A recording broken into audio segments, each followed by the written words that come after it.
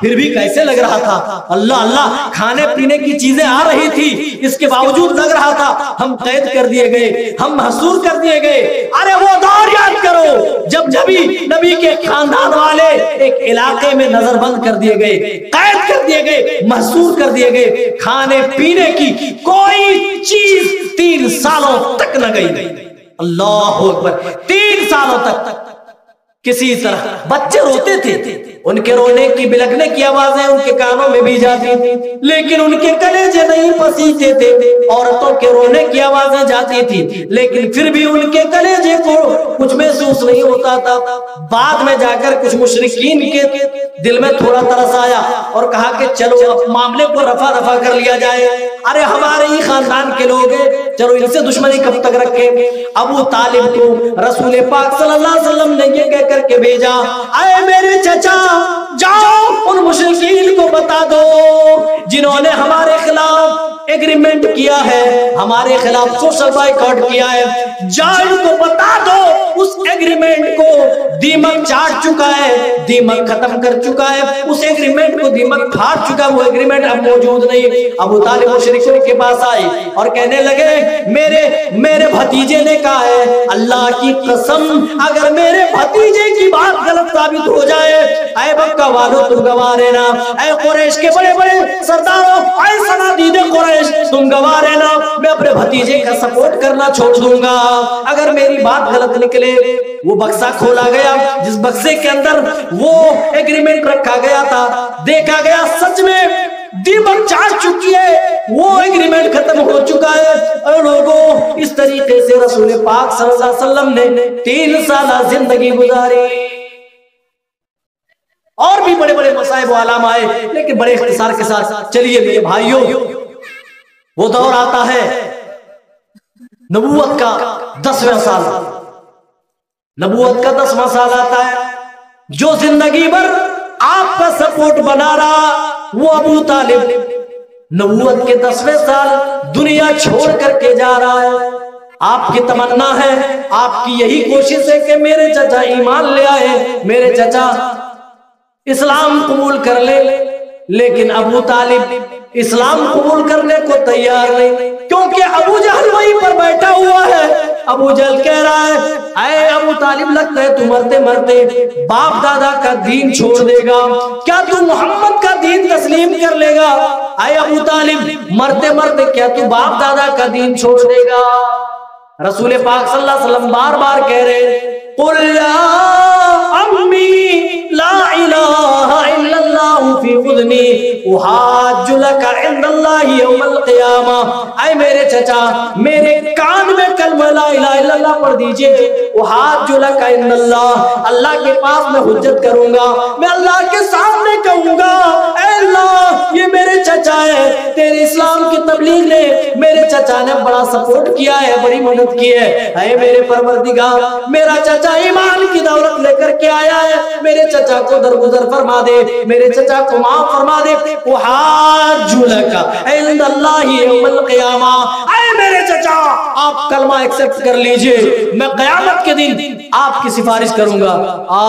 کہا کہ نار برداشت ہے آر کے مقابلے میں، اے بھتیجے میں جانتا ہوں جو دین لے کر کے آیا وہ دین سچا ہے، جو دعوت تو لے کر کے آیا وہ دعوت سچی ہے، لیکن میں کیا کروں، مجھے یہ گوارا نہیں کہ میرے مرنے کے بعد میرے خاندان والے یہ ابو جہل عتبہ شیبہ ولید بن مغیرہ جو میرے ارد گرد بیٹھے ہوئے ہیں یہ تانا دے کہ ابو لہب ابو طالب دیکھو مرتے مرتے باپ دادا کا دین چھوڑ گئے۔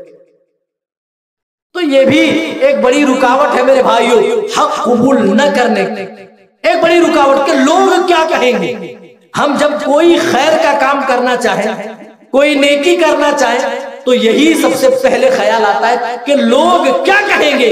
ارے اسی جملے نے اور اسی سوچ نے تو ابو طالب کو جہنم میں گرا دیا، ورنہ اگر ابو طالب کلمہ لا الہ الا اللہ صرف زبان سے پڑھ دیتا تو وہ جہنم سے بچ جاتا۔ تو ہم یہ نہ کہیں کہ لوگ کیا کہیں گے، ہمیں اس بات کا سروکار ہونا چاہیے کہ ہمارا رب کیا کہے گا۔ ہم رب کے پاس جب کھڑے ہوں گے، جب ہمارا رب ہم سے ہم کلام ہوگا، ہم سے پوچھے گا، ہم اپنے رب کے سامنے کیا جواب دیں گے۔ یہ ہماری سوچ ہونی چاہیے، یہ ہماری فکر ہونی چاہیے۔ ابو طالب نے اسلام قبول نہیں کیا، آپ کی زندگی میں بڑا سپورٹ تھا، بڑا مددگار تھا، آپ کو صدمہ پہنچا، آپ کو تکلیف ہوئی، اور اسی سال ابھی رجب میں ابو طالب دنیا سے گئے، اور رجب، شعبان اور رمضان میں آپ کی چہیتی بیوی، آپ کی سب سے پہلی بیوی خدیجہ الکبریٰ دنیا چھوڑ کر چلی جاتی ہے، داغ مفارقت دے کر چلی جاتی ہے۔ دو صدمے ایک ساتھ ہیں۔ ابو طالب دنیا سے جا رہا ہے، ابو طالب رجب میں دنیا سے چلا گیا، اور اب رمضان آیا تو رمضان میں خدیجہ الکبریٰ دنیا سے جا رہی ہے۔ خدیجہ الکبریٰ بھی آپ کی زندگی میں بہت بڑی مددگار تھی۔ رسول اکرم صلی اللہ علیہ وسلم جب دعوت لے کر کے پہنچے، جب آپ نے مشن سنایا، سب سے پہلے یہی خدیجہ تھی جس نے اسلام قبول کیا تھا، اور یہ خدیجہ وہ عورت تھی جس کے زندہ ہوتے ہوئے میرے نبی نے کوئی دوسرا نکاح نہیں کیا۔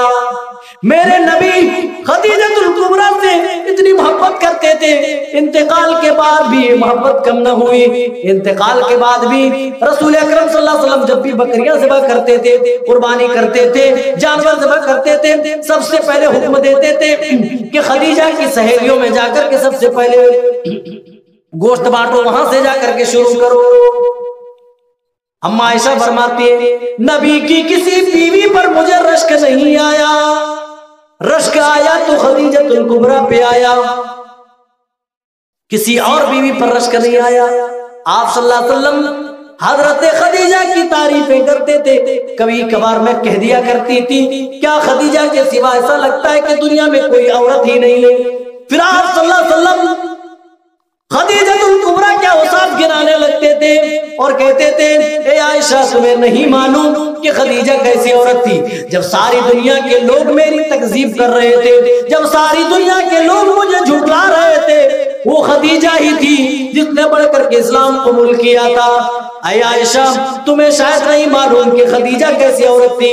جب مکہ والے، یہ قریش والے جب مجھے زخم دیتے تھے، یہی خدیجہ تھی جو میرے زخموں پر مرہم رکھا کرتی تھی۔ جب ساری دنیا کے لوگ مجھے ستانے پہ آمادہ تھے، یہی خدیجہ تھی جو مجھے ہر وقت دلاسا دیا کرتی تھی۔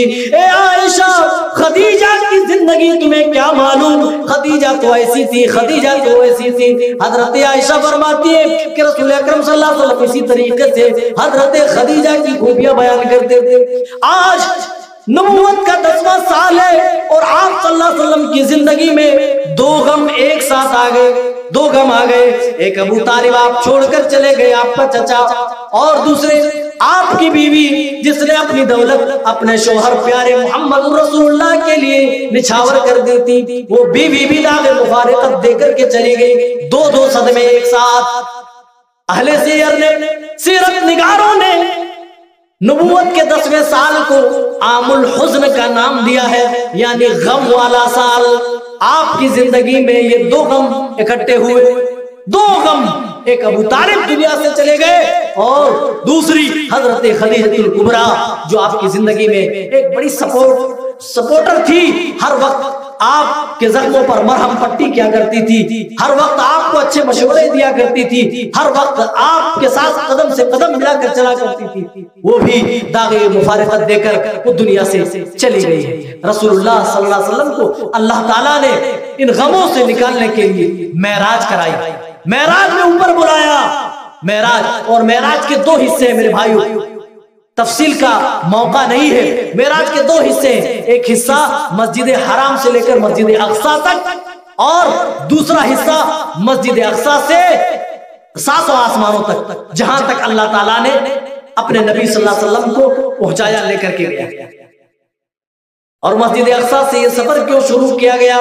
یہ بتانے کے لیے کہ اے مسلمانوں، اے میرے پیارے نبی کے امتیوں، سنو، اب تک دنیا کی قیادت بنی اسرائیل کے ہاتھ میں تھی۔ ہاں، اب تک بنی اسرائیل اللہ کی نگاہ میں ایک معزز قوم تھی، لیکن انہوں نے اپنی نافرمانیوں کی بدولت، اپنی گستاخیوں کی بدولت ان سے یہ مقام چھینا جا رہا ہے۔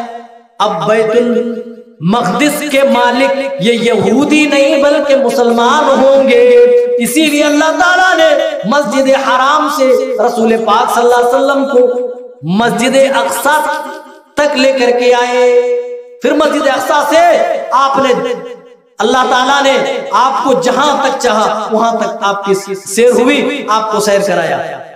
تین تحفے جو آپ کو عظیم تحفے دیے گئے، اور ان تینوں میں سے اگر میں کہوں سب سے عظیم تحفہ آپ کو دیا گیا تو وہ 5 وقتہ نمازوں کا تحفہ ہے۔ امت اس کو بھول چکی ہے، آج ہمیں نہیں معلوم رسول پاک صلی اللہ علیہ وسلم کو اللہ تعالیٰ نے ان غموں سے نجات دینے کے لیے، ان غموں سے نکالنے کے لیے جب معراج کرائی، معراج میں 3 بڑے بڑے تحفے دیے۔ ان 3 بڑے بڑے تحفوں میں ایک بڑا تحفہ 5 وقتہ نمازوں کا تھا۔ اختصار کے ساتھ 5 وقت کی 50 وقت کی نمازیں پہلے فرض ہوئی، اللہ تعالیٰ نے دیا کہ جائیے میں نے آپ اور آپ کی امت پر 50 وقت کی نماز فرض کر دی ہے۔ لے کر کے چلے آ رہے تھے، چھٹے آسمان میں حضرت موسیٰ علیہ السلام سے ملاقات ہوئی تو حضرت موسیٰ علیہ السلام سے پوچھا کیا ملا تحفہ؟ اللہ نے کیا دیا؟ کہا 50 وقت کی نماز۔ کہا کتنی؟ کہا 50 وقت کی نماز۔ کہا ان امتک لا تستطیع، اے محمد آپ کی امت اس کو نہیں پڑھ پائے گی۔ فرجع الی ربک، آپ اپنے رب کے پاس لوٹ جائیے۔ فإنی قد بلغت بنی اسرائیل وخبرتم، میں بنی اسرائیل کے درمیان نبی بنا کر بھیجا جا چکا ہوں، میں انہیں اچھی طریقے سے آزما چکا ہوں۔ اے میرے نبی، اے محمد صلی اللہ علیہ وسلم، آپ کی امت ادا نہیں کر پائے گی۔ امت کا نام سنا اور لوگوں ہمارے آپ کے تئیں اس نبی کے دل میں کتنا درد تھا۔ آج ہم نبی کی سنتوں پر چھری چلاتے ہوئے کچھ بھی محسوس نہیں کرتے۔ اور میری قوم کی بیٹیوں ماں تم بھی سنو، ہمارے لیے ہمارے رسول آنسو بہایا کرتے تھے غم سے کہ اللہ میری امت کا کیا ہوگا، میری امت کا کیا ہوگا۔ ایک مرتبہ ابھی یہیں پر اس واقعے کو چھوڑیے، اس واقعے کو لیجئے، رسول پاک صلی اللہ علیہ وسلم قرآن کی تلاوت کر رہے اور آپ نے قرآن میں یہ تلاوت، آپ نے یہ آیت پڑھی رب انہن اضللن کثیرا من الناس، اے میرے پروردگار ان معبودان باطلہ نے، ان جھوٹے معبودوں نے تو بہت سارے لوگوں کو گمراہ کر دیا ہے۔ حضرت ابراہیم کی دعا ہے اپنی امت کے لیے، اپنی قوم کے لیے، وہ دعا کر رہے تھے اللہ ان معبودوں نے تو بہت سارے لوگوں کو گمراہ کر دیا ہے۔ اضلل کثیرا من الناس فمن تبعنی، لیکن جو میری اتباع کر رہے ہیں، جو مجھے فالو کر رہے ہیں، فإنہ منی، وہ تو میرے ماننے والے ہیں، وہ تو میرے پیروکار ہیں۔ ومن عصانی، اور جو میرے راستے نہیں چل رہے، میرے طریقے کو فالو نہیں کر رہے ہیں، فإنک غفور رحیم، اے اللہ تو انہیں بھی اگر درگزر کر دے، انہیں بھی معاف کر دے، اے اللہ تیری رحمت میں کون سی کمی آئے گی۔ حضرت ابراہیم کی یہ دعا اللہ کے رسول قرآن میں پڑھ رہے ہیں۔ آگے بڑھے، اللہ کے رسول صلی اللہ علیہ وسلم نے حضرت عیسیٰ علیہ السلام کی بھی دعا پڑھی ان تعذبهم فإنهم عبادك، حضرت عیسیٰ اپنی قوم کے لیے، اپنی امت کے لیے اللہ سے التجائیں کر رہے ہیں، دعا کر رہے ہیں، اے میرے پروردگار ان تعذبهم فإنهم عبادك، اگر تو انہیں عذاب دینا چاہتا ہے فإنهم عبادك، تو تمہیں پورا ادھیکار ہے، تیرا پورا حق ہے، کیونکہ یہ تیرے ہی بندے ہیں۔ وَإِن تَغْفِرْ لَهُمْ، لیکن اے میرے پروردگار اگر تو انہیں معاف کر دے فَإِنَّكَ أَنْتَ الْعَزِيزُ الْحَكِيمُ، تو غالب حکمتوں والا تو تو ہی ہے، تیری رحمتوں میں، تیری شان میں، تیری کبریائی میں، تیری بڑائی میں، تیری عظمت و جلال میں کیا کمی آنے والی ہے، اللہ میری امت کو معاف کر دے۔ حضرت ابراہیم کی دعا بھی پڑھتے، حضرت عیسیٰ علیہ السلام کی بھی دعا پڑھتے، اور زار و قطارات رونا شروع کر دیتے۔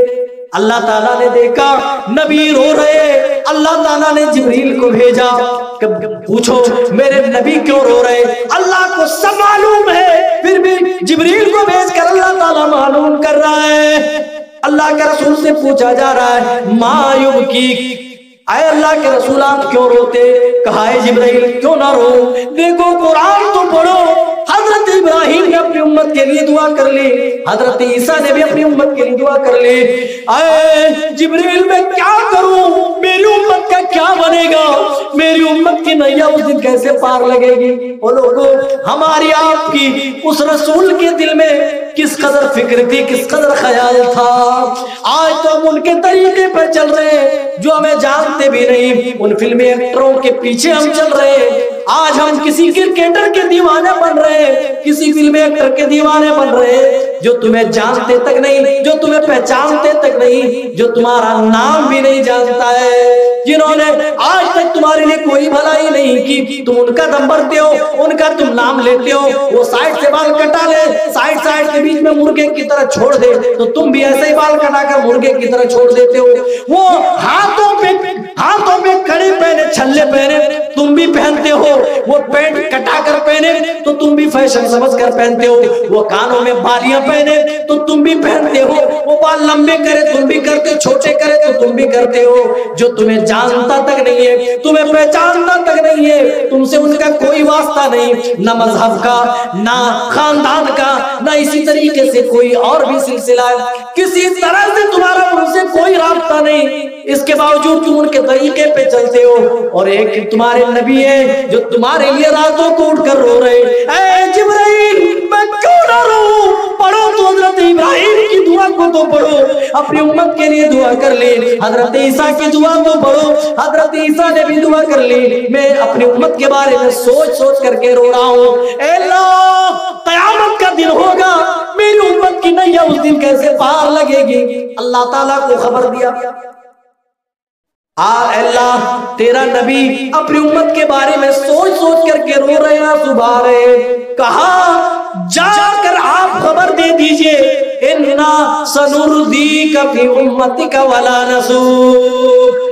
آئے میرے محبوب صلی اللہ علیہ وسلم, آپ کو اپنی امت کے بارے میں فکر کرنے کی ضرورت نہیں ہے. آپ کی امت میں سے جو بھی صحیح ایمان و عقیدہ لے کر کے آئے گا, صحیح دین اور صحیح منہج لے کر کے آئے گا, آئے میرے نبی آپ کو اپنی امت کے بارے میں فکر کرنے کی ضرورت نہیں ہے. جن کا ایمان و عقیدہ دوست ہوگا, جو صحیح دین اور صحیح مذہب لے کر کے آئیں گے, جن کے اچھے اعمال ہوں گے, آپ کو ہم آپ کی امت کے تعلق سے اس دن راضی کر دیں گے, آپ کو اس دن بھلائیں گے نہیں. اللہ اکبر, آپ کو راضی کر دیں گے, آپ کو بھلائیں گے نہیں. رسول پاک صلی اللہ علیہ وسلم امت کے لیے رو رہے ہیں, کبھی یہاں جا رہے ہیں, کبھی یہ کر رہے ہیں, وہ کر رہے ہیں. نماز کا تحفہ ملا, اتنا بڑا تحفہ لے کر آ رہے, لیکن پتا چلا کہ امت نہیں پڑھ پائے گی, تو فوراً اللہ کی بارگاہ میں چلے گئے اور عرض کرنے لگے, یا رب خفف عن امتی, اے اللہ میری امت سے کچھ نماز تخفیف کر دے, کم کر دے, کچھ ڈسکاؤنٹ دے دے, اے اللہ کچھ کم کر دے, کچھ کنسیشن دے دے. اللہ نے کہا ٹھیک ہے, آپ کی امت اگر 50 نہیں پڑھ پاتی ہے تو 40 پڑھ لیں گے. 40 10 میں نے کم کر دیا, 40 لے کر کے آ رہے ہیں. پھر چھٹے آسمان میں موسیٰ نے پکڑ لیا, کہا کتنی کم ہوئی, کہا 10 کم ہو گئی. کہا نہیں, ان امتک لا تستطیع, آپ کی امت 40 بھی نہیں پڑھ سکتی ہے, جائیے اور کچھ کنسیشن لے لیجئے, کچھ اور ڈسکاؤنٹ کرا لیجئے, کچھ اور کم کرا لیجئے, کچھ اور تخفیف کرا لیجئے. 40 وقت کی بھی نماز ہے, آپ کی امت ادا نہیں کر پائے گی. اچھا, اگر یہ 40-50 وقت کی نمازیں ہوتی, اگر رسول اللہ صلی اللہ علیہ وسلم نے تخفیف نہ کرائی ہوتی, تو ہمارا آپ کا حال کیا ہوتا؟ یہاں تو 5 وقتہ نمازیں آدمی سے ادا نہیں ہو رہی ہے. آدمی اذان سن کر کے کمبل اوڑھ رہا ہے, رضائی اوڑھ رہا ہے, ٹھنڈ بہت ہے, ٹھنڈے پانی سے بھلا راتوں میں وضو کون کرے؟ فجر میں کون جاگے, کون نیند کی قربانی کر کے مسجد میں آئے نماز کے لیے؟ جلسہ سننا بڑا آسان ہے, کہنے والا کہہ دیتا, سننے والا سن لیتا ہے. عمل کی دنیا میں آئے تو پتا چلے. اگر عمل نہ کیا جائے میرے بھائیوں, رات بھر بولا جائے, کوئی فائدہ نہیں. تو اس کا یہ مطلب نہیں کہ آدمی سننا ہی چھوڑ دے. بہت سارے لوگوں کا یہ خیال ہے جلسہ نہیں جائیں گے, کیا باتیں کریں گے, نماز روزہ پہلے سے معلوم ہے. نہیں, جہنمیوں کے جو الفاظ ہوں گے نا, جہنم میں جب جہنمی ڈالے جائیں گے تو کیا کہیں گے؟ لو کننا نسمع, ایک کاش کہ ہم سن لیتے, اور نعقل, اور عقل سے کام کر لیے ہوتے، یعنی کہی ہوئی باتوں پر عمل پیرا ہو جاتے، عمل کر لیے ہوتے، ما کننا فی اصحاب السعیر، تو ہم جہنمیوں میں سے نہ ہوتے، آج جہنم میں نہیں ہوتے۔ کہا جا رہا کیوں جائے جلسے میں، کیا کام ہے ہمارا؟ وہی قرآن و حدیث کی بات ہوگی۔ تو پتہ یہ چلا جہنم میں جانے کا ایک بڑا سبب یہ ہوگا کہ آدمی کو جانکاری ہی نہیں ہوگی۔ عمل کے لیے بھائی جانکاری ضروری ہے، جانکاری نہیں تو عمل کیسے ہوگا؟ آج میرے بھائیوں نمازوں کے معاملے میں ہم بڑے پیچھے ہیں۔ ایک مومن بندے کے اوپر کسی بھی حال میں نماز معاف نہیں ہے۔ اگر کھڑے ہو کر نماز پڑھنے کی طاقت نہیں تو شریعت نے یہ حکم دیا کہ وہ بیٹھ کر کے نماز پڑھے، اور بیٹھ کر بھی نہیں پڑھ سکتا تو وہ لیٹ کر کے پڑھ لے، لیٹ کر بھی نہیں پڑھ سکتا تو اشارے میں پڑھ لے۔ لیکن نماز جب تک عقل ہے، جب تک سمجھ بوجھ ہے، معاف نہیں ہے میرے بھائی، معاف کیجیے۔ 50 لے کر کے آ رہے، اللہ سے کم کرائی 40 ہو گئی، پھر موسیٰ نے کہا کہ نہیں اور جائیے، آپ کی امت 40 بھی نہیں پڑھ پائے گی۔ اللہ اکبر۔ امت کا نام سنتا، امت کا نام جیسے ہی سامنے آ جاتا ہے، آپ کا کلیجہ پسیج جا رہا ہے، آپ کانپ جا رہے ہیں، فوراً اللہ کی بارگاہ میں جا رہے ہیں اور کہہ رہے ہیں اللہم خفف امتی، اے اللہ میری امت پر کچھ کم کر دے۔ اللہ نے کم کر دی، جاؤ 30 رہ گئے۔ موسیٰ نے کہا کہ نہیں، اسی طرح آتے گئے، حضرت موسیٰ علیہ السلام پکڑتے گئے اور پوچھتے گئے، بار بار بھیجتے گئے، نمازوں میں تخفیف ہوتی رہی، حتیٰ کہ 5 نمازیں رہ گئی، 5 نمازیں رہ گئی۔ اللہ تعالیٰ نے کہا اے نبی صلی اللہ علیہ وسلم، آپ پر اور آپ کی امت پر ہم نے 5 وقت کی نمازیں فرض کر دیے، آپ کی امت میں سے کسی بھی فرض نے اگر 5 وقتہ نمازوں کی اگر ادائیگی کر لی باجماعت تو انہیں 5 وقت کی نماز پڑھنے کا ثواب نہیں بلکہ 50 وقت کی نماز پڑھنے کا اجر دیا جائے گا۔ اللہ نے نمازوں کی گنتی تو کم کر دی لیکن اجر و ثواب کم نہیں کیا۔ گنتی 50 سے 5 کر دی لیکن اجر و ثواب 50 سے 5 نہیں کیا، بلکہ 5 وقت کی پڑھو تو اللہ تعالیٰ 50 وقت کی نماز پڑھنے کا ثواب دیتا ہے۔ اللہ اکبر۔ کچھ لوگ بیٹھے بیٹھے شاید سوچ رہے ہوں گے کہ اللہ کے رسول صلی اللہ علیہ وسلم ایک بار اور چلے گئے ہوتے تو 2 وقت کی رہ جاتی، ایک شام ایک صبح پڑھ لیتے، بڑا آرام اور سکون ہوتا ہے۔ میرے بھائیوں ایک بات میں بڑے دعوے سے کہہ رہا ہوں، بڑے وثوق سے کہہ رہا ہوں، آپ سنیے، اللہ کی قسم اگر اس امت پر 2 وقت کی بھی نمازیں ہوتی تب بھی یہ امت اس پر بہانے بازی کرتی۔ جنہیں نہیں پڑھنا وہ 2 وقت پر بھی وہ کان نہ دھرتے، وہ عمل پیرا نہیں ہوتے، وہ پھر بھی بہانے بازی کرتے۔ میں پوچھنا چاہتا ہوں جو نمازوں کی پابندی کرتے ہیں، جن کی وجہ سے آج مسجدیں آباد ہیں، ارے ان کے پاس ٹائم کہاں سے آتا ہے؟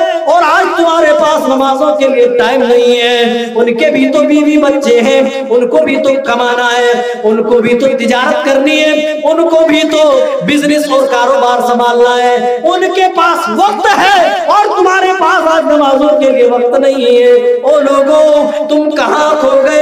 وما هذه الحیات الدنیا الا لعب ولهو وان الدار الآخرة لہی الحیوان لو كانوا یعلمون۔ ہم یہ کیوں نہیں سوچتے یہ دنیا کی زندگی تو پانی کے ببولے کی طرح ہے، جو بارش جب نازل ہوتی ہے پانی کے اوپر قطرہ گرتا ہے، پانی کا ببولا پھولتا ہے، دوسرا قطرہ اس ببولے کے اوپر گرتا ہے، ببولا پھوٹ جاتا ہے۔ اے لوگوں ہماری آپ کی دنیاوی زندگی کی یہی مثال ہے۔ اب امام صاحب بتا رہے تھے ایسا بھی دیکھنے کو ملا، آدمی کو دفنانے کے لیے ان کی نماز جنازہ کے لیے سارے لوگ گئے ہوئے ہیں، ان میں وہ بھی موجود ہے جو اپنے گھر کو آیا تو پتا چلا اب ان کی بھی نماز جنازہ پڑھنی ہے۔ وہ لوگوں ابھی تو اعلان ہوتا ہے رات میں کہ مولوی صاحب دعا کر دیجئے، ان کی طبیعت بڑی خراب چل رہی ہے، پھر صبح خبر ملتی ہے اب وہ دنیا میں نہ رہے، اس دار فانی سے کوچ کر گئے، صبح اتنے بجے نماز جنازہ ہوگی۔ وہ لوگوں اس دنیا میں کوئی گارنٹی نہیں دے سکتا، اسی لیے میرے بھائیوں نمازوں کی پابندی کرو۔ رسول اکرم صلی اللہ علیہ وسلم کو معراج میں دیا گیا ایک بڑا تحفہ ہے، معراج کے ذریعے سے آپ کو تسلی دی گئی۔ میرے بھائیوں، سن 11ویں نبوت میں منا کی گھاٹی پر رسول اکرم صلی اللہ علیہ وسلم نے 6 لوگوں کو اسلام کی دعوت دی، 6 لوگ اسلام قبول کر لی۔ اللہ کا کرم دیکھو، جب اس دعوت کو اللہ تعالیٰ بڑھانا چاہتا ہے تو دیکھیے 6 لوگوں کو بیج کے طور پر اللہ تعالیٰ نے استعمال کیا، اور 6 لوگ یثرب گئے۔ مدینہ کا پرانا نام کیا؟ یثرب۔ کیوں؟ ان کی وہاں کی آب و ہوا مکے والوں کو راس نہیں آتی تھی، اسی لیے یثرب کہتے ہیں۔ یثرب جی، کیا پتا تھا کہ یہی یثرب کی قسمت چمکنے والی؟ کس کو پتا تھا یہ یثرب مدینہ الرسول بننے والا؟ 6 لوگ آئے، آپ نے دعوت دی اور دعوت قبول کر لی۔ اور پہلے کیا معاملہ تھا؟ رسول اللہ صلی اللہ علیہ وسلم جاتے تھے، کبھی مینا میں جا رہے ہیں، کبھی اوقاف کے بازار جا رہے ہیں، کبھی کہیں جا رہے ہیں، اور پیچھے پیچھے ابو لہب جا رہا ہے۔ آپ جیسے ہی ان کے خیمے سے نکلتے تھے، ابو لہب کہتا ہے سنو یہ میرا بھتیجا ہے، عقل ٹھکانے پہ نہیں ہے، پاگل ہو گیا، مجنون ہو گیا۔ قرآن گواہی دے، اجعل الالہۃ الہا واحدا، وہ کہتے تھے یہ کیسے ہم گوارا کر لیں کہ اتنے سارے معبودوں کے مقابلے ہم ایک معبود کو کیسے مان لیں؟ اے لوگوں، جو دعوت دے کر کے گیا ہے وہ میرا ہی بھتیجا ہے، یہ پاگل ہے، یہ مجنون ہے۔ اس دعوت کے میدان میں میرے نبی کو کیا نہیں کہا گیا؟ کون سے لقب نہ دیے گئے؟ آپ کو ساحر کہا گیا، آپ کو مجنون کہا گیا، آپ کو دیوانہ کہا گیا، آپ کو پاگل کہا گیا، لیکن پھر بھی آپ صبر و تحمل سے اس دعوتی راستے پر کام کرتے رہے۔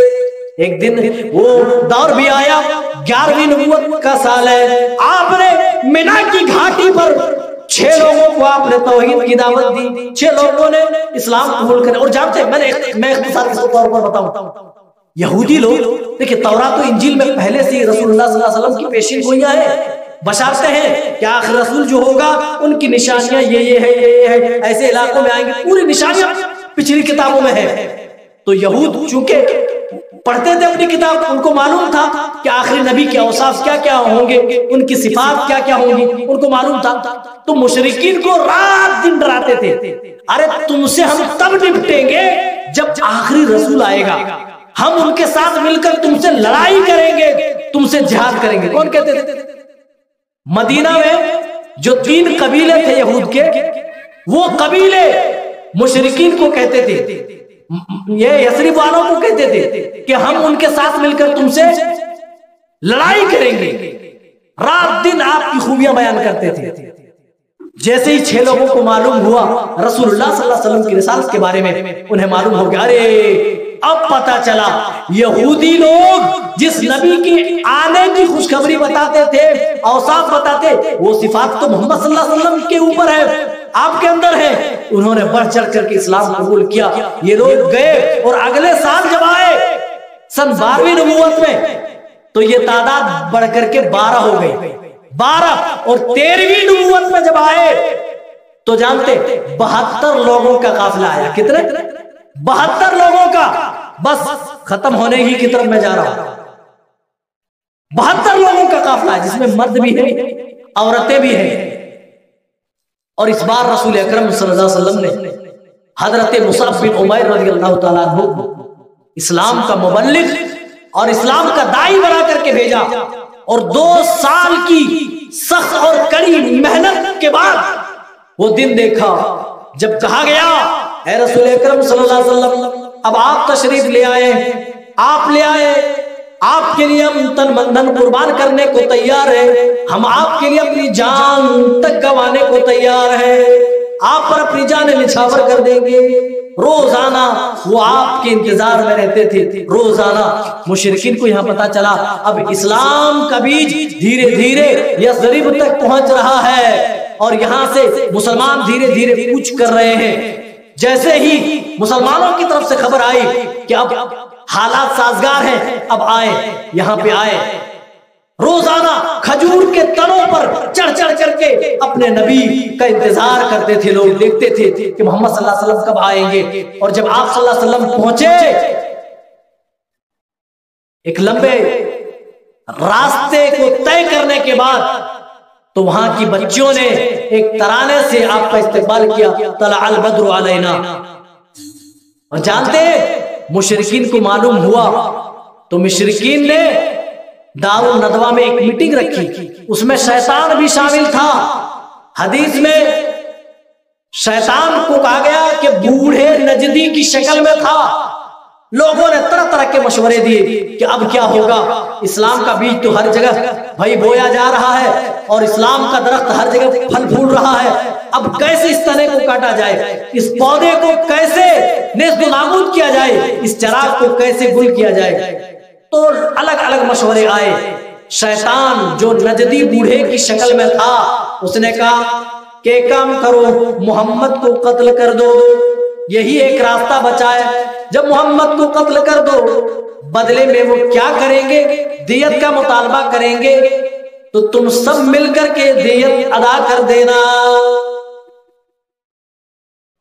اور ایک آدمی کوئی قتل نہیں کرے گا، قبیلے کے جتنے نوجوان ہیں تمام قبیلوں سے نوجوان اکٹھے کر لیے جائیں اور سارے ایک ساتھ محمد پر حملہ آور ہو، حملہ کرے محمد پر.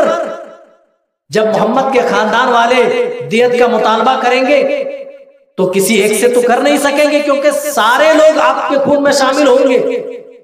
تدبیر تو چلی تھی. وَإِذْ يَمْكُرُ بِكَ الَّذِينَ كَفَرُوا لِيُثْبِتُوكَ أَوْ يُقْتِلُوكَ أَوْ يُخْرِجُوكَ وَيَمْكُرُونَ وَيَمْكُرُ اللَّهُ وَاللَّهُ خَيْرُ الْمَاكِرِينَ. اللہ تعالیٰ نے خبر دے دی، اے میرے محبوب صلی اللہ علیہ وسلم آپ کے قتل کی پلاننگ ہو چکی ہے. وہ لوگوں جانتے ہو آپ پر جان لیوا حملہ کتنی دفعہ ہوا، یہ تو میرا سرسری طور پر میں نے بتا دیا. 17 بار آپ کو جان سے مارنے کی کوشش کی گئی. آپ نے بتایا تھا اے میرے صحابہ تم کیا بات کرتے ہو، یہ مجھے ماریں گے، یہ عتبہ شیبہ ولید بن مغیرہ کیا بات کرتے ہو. اللہ تعالیٰ نے میرے اوپر فرشتوں کو لگایا ہوا ہے. ہم بڑے بڑے نیتاؤں کے بارے میں بولتے ہیں کہ ان کو تو Z+ سیکورٹی ملی ہے، لیکن کیسے کمانڈوز کھڑے رہتے بندوق تان کر کے، مشین گن لیے ہوئے. جی جی کتنا ٹائم ہو گیا؟ 12:30 ہو گئے.